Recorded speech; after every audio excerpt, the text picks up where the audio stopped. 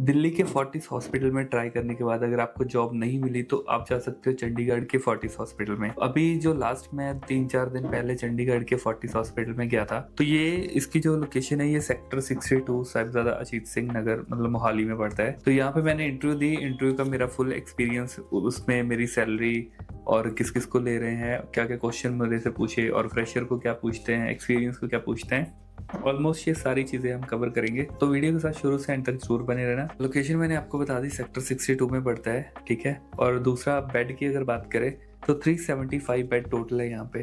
तो बहुत बड़ा हॉस्पिटल है, वीडियो में भी आप देख सकते हो क्योंकि मैंने इसकी चारों तरफ से वीडियोस बनाई थी। तो बहुत बड़ा हॉस्पिटल है, तो घूम के ही आपको पता चल जाएगा। दिल्ली में भी जो हॉस्पिटल है 375 बेड से बहुत सारे हॉस्पिटल है जो कम के हैं फोर्टिस, लेकिन ये वाला जो हॉस्पिटल है बहुत बड़ा है। अगर इंटरव्यू डेज की बात करी है तो यहाँ पे मंडे टू फ्राइडे हमेशा इंटरव्यूज चलती रहती है।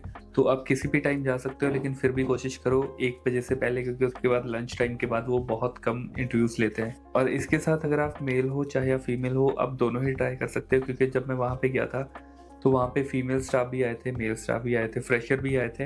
लेकिन वहाँ पे रजिस्ट्रेशन मैंडेटरी है, अगर आपकी रजिस्ट्रेशन है तो ही आप जा सकते हो। और वहाँ पे पीएनआरसी चलती है, पंजाब की रजिस्ट्रेशन। और अगर आपकी दिल्ली की है तो भी आप अप्लाई कर सकते हो। मैंने उनसे पूछा भी था, उन्होंने बोला कि कोई दिक्कत नहीं, बस आपके पास रजिस्ट्रेशन होनी चाहिए। तो बाकी एक्सपीरियंस और फ्रेशर दोनों अप्लाई कर सकते हो। सैलरी की बात करें तो सैलरी वहाँ पे 18,000 से स्टार्टिंग सैलरी है। जैसे दिल्ली में अभी 21,000 सैलरी है, तो उसमें से भी आपको अराउंड मतलब 19 साढ़े 19,000 अभी इन हैंड आती है, क्योंकि आजकल जो सशक्त वाला प्रोग्राम इन्होंने शुरू कर दिया तो इसके अंडर इतनी सैलरी देते हैं। और यहाँ पे 18 के आसपास आपको मिलती है, लेकिन यहाँ पे कोई सशक्त वाला आपको सीन नहीं है। जो भी है आपको सारी सैलरी मिलेगी, लेकिन आपका पीएफ और ये सारी चीजें कटेंगी, तो 2-3 हजार और मान लो कट जाएगा। और इनके अगर क्वेश्चन पेपर की बात करी है तो 15 नंबर का इनका क्वेश्चन पेपर आता है टोटल, जो कि मुझे भी आया था। और उसमें आपको 10 से ऊपर नंबर लेके आने होते हैं अगर आपको पास होना है तो ये सारी चीजें हैं। बाकी क्वेश्चन पेपर आपको मैं दे दूंगा अगर आप मेरा कोर्स ज्वाइन करते हो। और इंटरव्यू में बहुत सारे क्वेश्चन इन्होंने मुझे पूछे, फ्रेशर और एक्सपीरियंस दोनों के क्वेश्चन मैं आपको बताऊंगा। और इनमें से जितने भी क्वेश्चन इन्होंने मुझे पूछे थे, अभी जब मैं वहां पे गया था उस टाइम पे मेरे से जो इंटरव्यू ली एज ए एक्सपीरियंस, और जो वहाँ पे फ्रेशर स्टाफ था उनकी इंटरव्यू हो रही थी, तो मैंने सब क्वेश्चंस नोट करे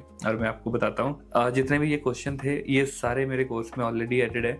तो अगर आप मेरा कोर्स परचेज करना चाहते हो, एनरोल करना चाहते हो, तो आप कर सकते हो। मेरे कोर्स के दौरान आपको भी ये सारे क्वेश्चंस के लिए मैं रेडी करूंगा और विद इन 1 वीक करूंगा, क्योंकि यहाँ के इंटरव्यू बहुत ही ईजी है और क्लियर करना आपके लिए और भी ज्यादा ईजी हो जाएगा अगर आपने मेरे तरीके से पढ़ाई करी, जैसे कि मैं अपने कोर्स में करवाता हूँ स्टूडेंट को। तो यहाँ पे अगर आप काम करना चाहते हो तो यहाँ का एक फायदा और है, जैसे दिल्ली में अगर आप आते हो तो दिल्ली का रहना खाना पीना थोड़ा सा एक्सपेंसिव है, लेकिन वहाँ पे रहना खाना पीना थोड़ा सा एक्सपेंसिव कम है। अगर आप फीमेल हो तो आपको हॉस्टल मिल जाएगा, मेल हो तो आपको हॉस्टल की जरूरत नहीं, आपको पीजी मिल जाएगा। और पीजी भी अगर आप मतलब ऐसा है कि 3 बेड, अगर एक पीजी में 3 बेड लगे हुए हैं एक कमरे में, तो वहाँ पे मैंने पूछा था 5,000 के आसपास ही आपको खाना पीना रहना तीनों चीजें हो जाएंगी। और दिल्ली की अगर बात करें तो दिल्ली में अगर आपको पीजी लेना है तो 10-12 हजार से नीचे का नहीं आता है। तो ये एक बेनिफिट है, इसीलिए फिर वहाँ पे सैलरी थोड़ी सी कम है, क्योंकि वहाँ पे एक्सपेंसेस कम है, ठीक है। बाकी अगर आप दिल्ली में नहीं करना चाहते हो, वहाँ पे करना चाहते हो तो कर सकते हो। और चंडीगढ़ सिटी इतनी अच्छी सिटी है, मतलब अगर आप जाओगे आपको खुद ही पता चल जाएगा। तो सबसे क्लीन और वेल प्लान जो सिटी है हमारी, वो चंडीगढ़ ही है। तो वहाँ का एक्सपीरियंस अच्छा है अगर आप जाके काम करना चाहो तो। अभी अगर हम इंटरव्यूज के क्वेश्चंस की बात करें, सबसे पहले मैं आपको अपनी बता देता हूँ कि मुझे जो जो पूछा था। जैसे कि मैंने उनको सीसीयू का एक्सपीरियंस ही बताया था, तो ये जो मेरी इंटरव्यू थी ये हिंदी प्लस इंग्लिश दोनों में थी। तो पहले उन्होंने क्वालिफिकेशंस के बारे में पूछा, वो मैंने उनको बताया। रजिस्ट्रेशन के बारे में पूछा कि है या नहीं है, तो उसके बाद मेडिकल इलनेस तो कोई नहीं है उसके बारे में, फिर शिफ्ट ड्यूटी कर सकते हो या नहीं उसके बारे में, फिर अगर आप ज्वाइन कर लेते हो तो कितने टाइम तक काम करोगे, मतलब कितने साल तक काम करोगे। उसके बाद आपने कोई गवर्नमेंट टेस्ट दिया तो नहीं, या अप्लाई तो नहीं किया है ना, या आपकी कहीं गवर्नमेंट में जॉब तो नहीं लगी, ये चीजें पूछते हैं। तो ये चीज जस्ट वो अपनी कंफर्मेशन के लिए पूछते हैं। तो उसके बाद हार्ट के रिलेटेड उन्होंने मुझे इजेक्शन फ्रैक्शन का पूछा था कि इजेक्शन फ्रैक्शन की फुल फॉर्म क्या है और क्या चीज होती है। तो ये सारा मैंने उनको बता दिया। सीवीपी की नॉर्मल वैल्यूज और क्यों करते हैं, क्या चीजें देखते हैं, उसके बारे में पूछा। एबीजी की नॉर्मल वैल्यूज पूछा, मेटाबॉलिक एसिडोसिस, रेस्पिरेटरी एसिडोसिस, उसका ट्रीटमेंट मैनेजमेंट कैसे करते हैं, ये सारी चीजें उन्होंने पूछी थी।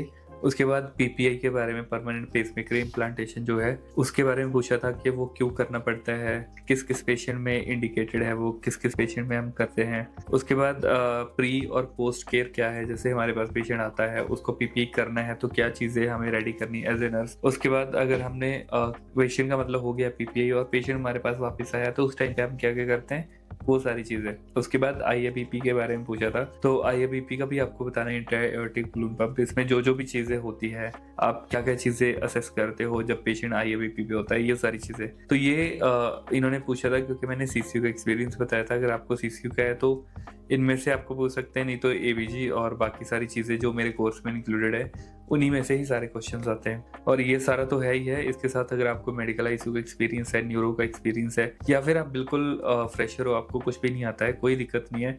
आपको जीरो से हीरो मैं बना दूंगा क्योंकि मैंने अपने कोर्स को इस तरीके से रेडी किया हुआ है कि हर जगह के क्वेश्चन आपको इसी में से आएंगे। और मेरे अभी तक 1200 से भी ज्यादा स्टूडेंट हैं जिनको मैंने रेडी करके हॉस्पिटल में भेज दिया है। तो अगर आप भी रेडी होना चाहते हो विदिन 7 डेज, आप मेरा कोर्स ले सकते हो। कोर्स की डिटेल नीचे आपको व्हाट्सएप पे नंबर पे जस्ट हाई लिख के भेजना है, वहाँ पे आपको पूरी डिटेल मिल जाएगी। और जैसे ही आप ज्वाइन करते हो उसके विदिन 7 डेज आपको रेडी करके हॉस्पिटल में भेज के आपके इंटरव्यू क्लियर करवा दूंगा। तो अभी हम बात कर लेते हैं फ्रेशर्स के क्वेश्चन की। तो फ्रेशर्स के क्वेश्चन भी सारे सेम वही आए थे जो मैंने अपने कोर्स में डाले हुए हैं। एक चीज थी जो मैं अपने कोर्स में नहीं बताता हूँ, मतलब करके नहीं दिखवाता हूँ, वहां पे आपसे बीपी चेक करवा के देखेंगे।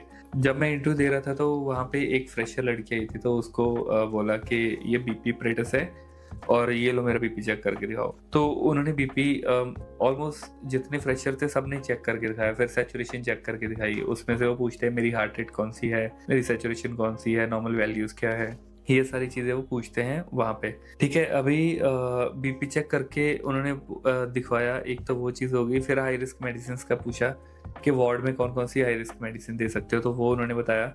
उसके बाद हाई रिस्क मेडिसिन का प्रोटोकॉल, कौन कौन सी मेडिसिन होती है, वो सारी चीज़ें, इमरजेंसी ड्रग्स के बारे में आप पढ़ लेना।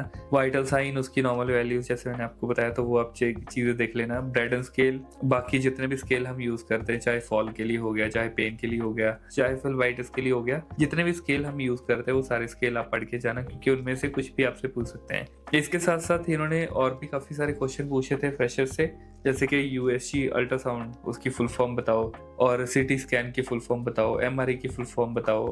ठीक है, ऐसी चीजें थी। और बाकी कुछ एब्रीवेशंस के बारे में उन्होंने पूछा था, हाइपोटेंशन, हाइपरटेंशन, टैकीकार्डिया, ब्रेडिकार्डिया, है ना, ऐसे करके। मतलब बहुत इजी से क्वेश्चन थे। मतलब दिल्ली में आप सोचो, जो क्वेश्चंस मैं दिल्ली में जितने भी हॉस्पिटल्स में गया हूँ अभी तक, 50 से भी ज्यादा हॉस्पिटल मैंने कवर करे और सबकी मैंने क्वेश्चन पेपर जो है अपने कोर्स में डाले हुए हैं। और उसी हिसाब से ये बहुत ही इजी क्वेश्चन थे और ये सारे ऑलरेडी मैंने कोर्स में डाले, बट ये बहुत ही इजी क्वेश्चन थे। दिल्ली में अगर आप इंटरव्यू देते हो तो थोड़ा सा हाई लेवल के क्वेश्चन होते हैं, थोड़े से मुश्किल क्वेश्चन होते हैं, लेकिन ये बहुत ही इजी क्वेश्चन थे और आराम से ही मेरी इंटरव्यू क्लियर हो गई। वहाँ पे और भी कुछ कुछ स्टूडेंट थे जिनकी नहीं भी हुई थी और किसी किसी की हो भी गई थी।